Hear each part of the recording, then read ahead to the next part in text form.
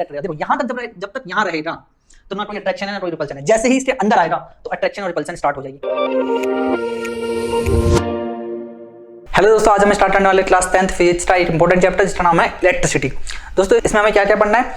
इसमें हमें पढ़ना है electric current and circuit, electric potential and potential difference, circuit diagrams, Ohm's law, resistance of a system of resistor, factor on which resistance of a conductor depend, heating effect of electric current और last में हम पढ़ेंगे electric power. तो चलिए दोस्त, ठीक है, तो चलिए कहानी स्टार्ट होती है इलेक्ट्रिक चार्ज से। इलेक्ट्रिक चार्ज,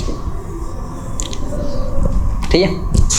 इलेक्ट्रिक चार्ज जो होता है, जैसे मास एक प्रॉपर्टी है, किसी भी बॉडी पे मास होना या बॉडी का मास होना एक प्रॉपर्टी है, ठीक है।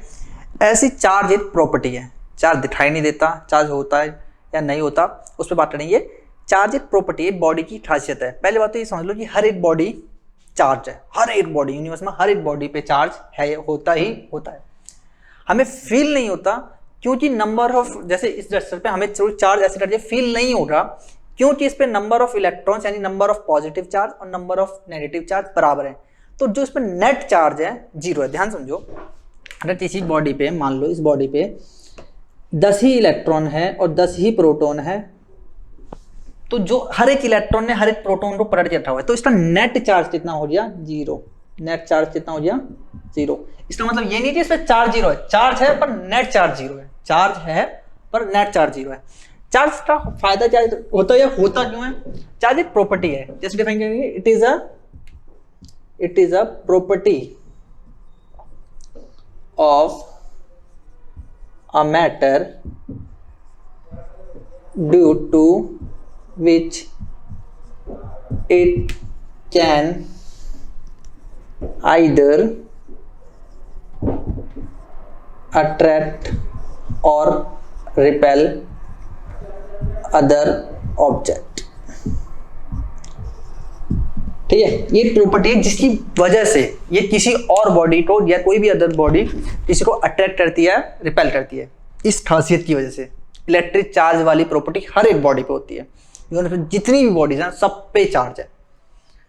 फील ना होने का कारण यह है कि नंबर ऑफ नेगेटिव चार्ज और नंबर ऑफ पॉजिटिव चार्ज बराबर है, ठीक है।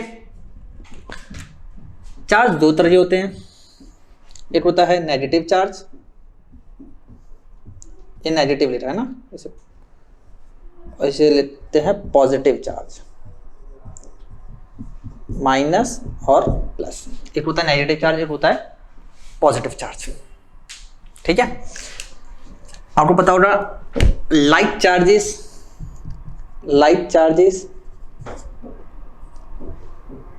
रिपेल ईच अदर, यानी अगर ये प्लस है और इसके पास एक और प्लस आएगा तो ये दोनों एक दूसरे को रिपेल करेंगे, धक्का देंगे, पास नहीं आना चाहेंगे। एक नेगेटिव के पास एक नेगेटिव लाओगे तो भी धक्का देंगे, एक दूसरे को पास नहीं आना चाहेंगे। Like charges repel each other, जबकि अनलाइक चार्जेस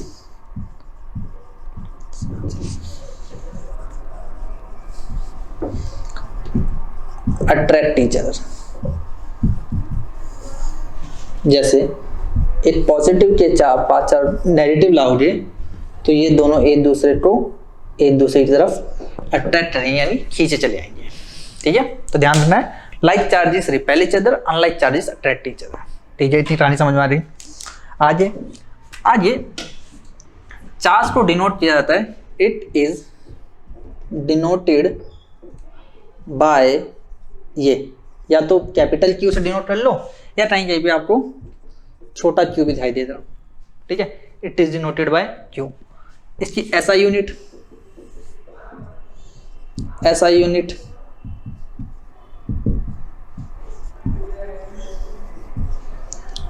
कूलम। क्या होती है एसआई यूनिट? कूलम। कैसे लिखते हैं? Capital C. कैसे लिखते हैं? कैपिटल सी, ठीक है।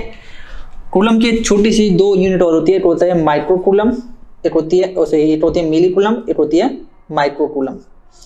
मिली कूलम का मतलब होता है 1 × 10⁻³ कूलम, और माइक्रोकूलम होता है 1 × 10⁻⁻6 कूलम।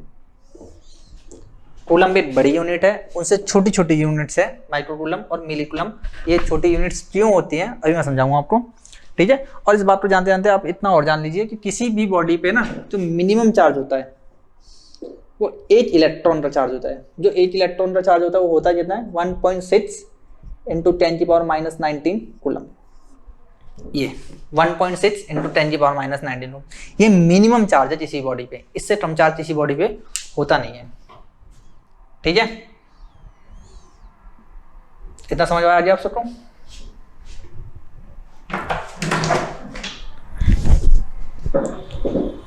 चलिए आगे बढ़ते हैं।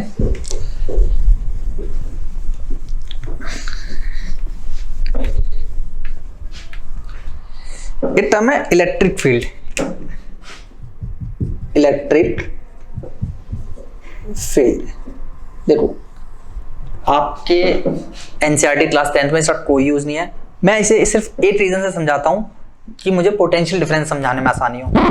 अगर आप इसे समझ लेंगे ना तो पोटेंशियल डिफरेंस समझने में आसानी होगा। बहुत सिंपल सी चीज है क्या कि भाई अगर चार्ज रखा हुआ है ना वो अपना इर्द गिर्द एक एरिया बनाता है जिसमें वो फोर्स एक्सपीरियंस करेगा। बहुत ध्यान से समझना। देखो ये चार्ज रखा हुआ है, इस टाइम कोई रीजन ऑफ इन्फ्लुएंस हो रहा, रीजन ऑफ इन्फ्लुएंस होता और वो स्फेरिकल शेप का ही होता है। क्यों होता है, कैसे होता है, तो चर्चा बाद में क्लास 12th में, ठीक है। अभी बस इतना जान लो, एक रीजन ऑफ इन्फ्लुएंस होता है, एक एरिया होता है जिसके अंदर अब इसके अंदर अगर पॉजिटिव चार्ज आया तो क्या जाएगा रिपेल, क्योंकि लाइट रिपेल इच अदर, और नेगेटिव आया तो अट्रैक्ट रहेगा। देखो यहां तक जब तक यहां रहेगा तो ना कोई अट्रैक्शन है ना कोई रिपल्शन है। जैसे ही इसके अंदर आएगा तो अट्रैक्शन और रिपल्शन स्टार्ट हो जाएगी। Region of influence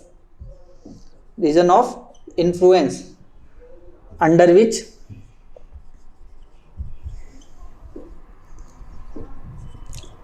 another charge experience a force। ये रीजन ऑफ इन्फ्लुएंस है चार्ज का। इसके अंदर कोई और चार्ज आएगा तो उसको क्या महसूस हो रहा है, फोर्स लगता है, महसूस हो रहा है। आपको सिंपल सी बात है, पॉजिटिव चार्ज लेके जाओगे तो आपको थोड़ा सा लगेगा कोई दबाव ला रहा है, उधर से पुश कर रहा है, और नेगेटिव लेके जाओगे तो ऐसा लगेगा कोई खींच रहा है, क्योंकि negative positive repel each other, attract each other, और पॉजिटिव रिपेल इच अदर। यहीं पर अगर यहाँ माइनस चार्ज होता तो भी ये फील्ड बना रहा होता, तब इसी तरह उल्टा हो जाता, तब पॉजिटिव लेके जाते तो अट्रैक्ट करता और नेगेटिव लेके जाते तो रिपेल करता। क्या आपको बात क्लियर है? बस इतना समझिए, ये वर्ड समझ लीजिए, थोड़ा सा समझ लीजिए, जस्ट बिकॉज पोटेंशियल डिफरेंस समझने में काफी आसानी हो जाएगी, ठीक है। चलिए आगे बढ़ते हैं। नेक्स्ट हमारा क्वांटाइजेशन ऑफ चार्ज। ये भी वर्ड आपके सिलेबस का नहीं है, फिर भी मैं बताऊंगा। रीजन फिर से वही है, quantization of charge. Quantization of charge इसलिए समझना है क्योंकि आपके इंटेक्स में एक क्वेश्चन है, जो पहला इंटेक्स पार्ट है उसका थर्ड क्वेश्चन है कि 1 कूलम चार्ज बनाने के लिए कितने इलेक्ट्रॉन की जरूरत पड़ेगी। तो काफी आसान हो जाता है इसे समझने के बाद। देखो इसकी डिफाइन ऐसे होती है, the net charge on a body is integral multiple of electronic charge. Net charge on a body is integral multiple electronic charge. मतलब ये देखो, इस इंटीग्रल से समझ लो। पहले इंटीग्रल का मतलब होता है इंटीजर। क्या होता है? इंटीजर। कोई नया शब्द नहीं है। इंटीजर आपको पता है, इंटीजर वैल्यूज होती हैं, प्लस में हो चाहे माइनस में हो, कंप्लीट नंबर जो होते हैं उन्हें कहते हैं इंटीजर, ठीक है। किसी बॉडी पे या तो 1 इलेक्ट्रॉन का चार्ज हो, या 2 इलेक्ट्रॉन का चार्ज हो, या 3 इलेक्ट्रॉन का चार्ज हो, या 4 इलेक्ट्रॉन का चार्ज हो, ये चार्ज पॉसिबल है। किसी भी बॉडी पे आपको 1/2 इलेक्ट्रॉन का चार्ज पॉसिबल नहीं है, 0.5 पॉसिबल नहीं है, 3/2 पॉसिबल, 3.2 भी लो पॉसिबल नहीं है। यानी चार्ज कभी भी डेसिमल में या फ्रैक्शन में किसी भी बॉडी पे नहीं होते। या तो 1 इलेक्ट्रॉन चार्ज हो रहा, या तो 2 इलेक्ट्रॉन चार्ज हो, या तो 3 इलेक्ट्रॉन चार्ज हो रहा। और 1 इलेक्ट्रॉन चार्ज होने का मतलब क्या है, उस बॉडी पे कितना चार्ज है, 1.6 इंटू 10 की पावर माइनस 19 कूलम। एक इलेक्ट्रॉन का चार्ज होने का मतलब क्या है, उस बॉडी पे कितना चार्ज है, 1.6 इंटू 10 की power minus 19 coulomb. 2 electron charge हो रहा, 3 इलेक्ट्रॉन चार्ज हो रहा, पर आपको 1.5, 3.2, 7.6, 13.2 ये सब चार्ज किसी भी बॉडी पे देने के लिए नहीं मिलेंगे, चार्जेस फ्रैक्शन में नहीं होते। यही है the net charge on a body is integral multiple of electron charge. जो इलेक्ट्रॉनिक चार्ज है उसे इंटीजर से मल्टीप्लाई करके हम चार्ज कैलकुलेट करते हैं, और ऐसा ही बॉडी पे एग्जिस्ट करता है। क्या आपको बात समझ में आ रही? अब ध्यान समझिए, इसे फॉर्मूले के रूप में ऐसा बनाया गया है, Q is equal to NE। Q is equal to NE, यहां पर N है नंबर ऑफ इलेक्ट्रॉन्स और E है चार्ज ऑन 1 इलेक्ट्रॉन। N है नंबर ऑफ इलेक्ट्रॉन्स और E है चार्ज ऑन 1 इलेक्ट्रॉन, और जो कि कितना होता है 1.6 इंटू 10 की पावर माइनस 19 कूलम, इतना होता है। ठीक है, इसे ध्यान रखना है। आप डेफिनेशन वगैरह नहीं पूछे रहा आपसे, इस फॉर्मूले पर ध्यान रखना है, इस फॉर्मूले से वो क्वेश्चन बनता है अपना। ठीक है, अब क्वेश्चन क्या है वो सुनिए। चलिए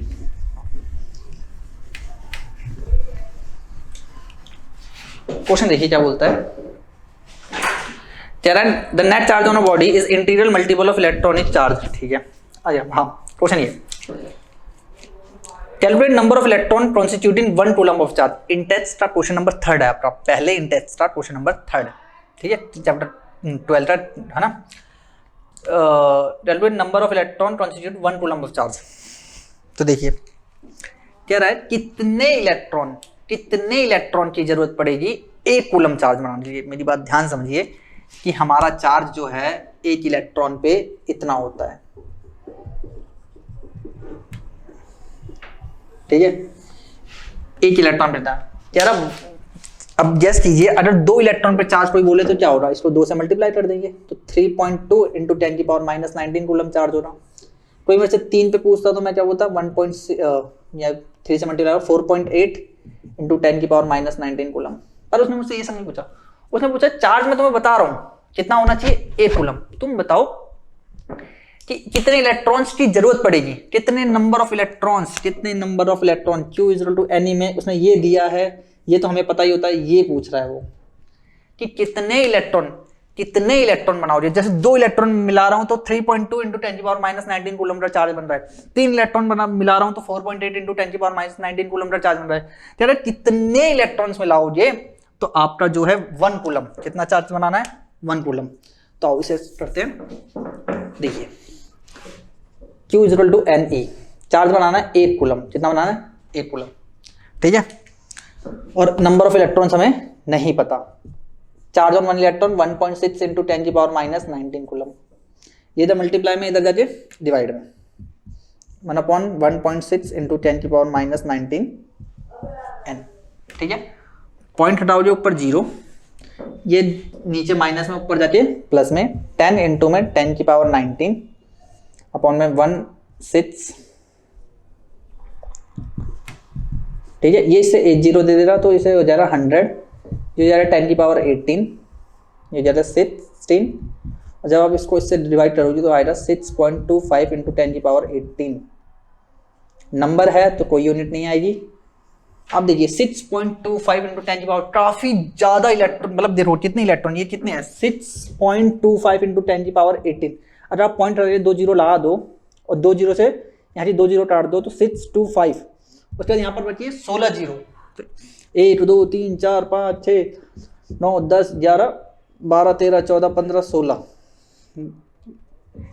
इतने सारे इलेक्ट्रॉन्स की जरूरत पड़ेगी जस्ट 1 कूलम चार्ज बनाने के लिए। इतने नंबर ऑफ इलेक्ट्रॉन्स की जरूरत पड़ेगी 1 कूलम चार्ज बनाने के लिए। तो सोचिए 1 कूलम चार्ज कितना बड़ा होता है।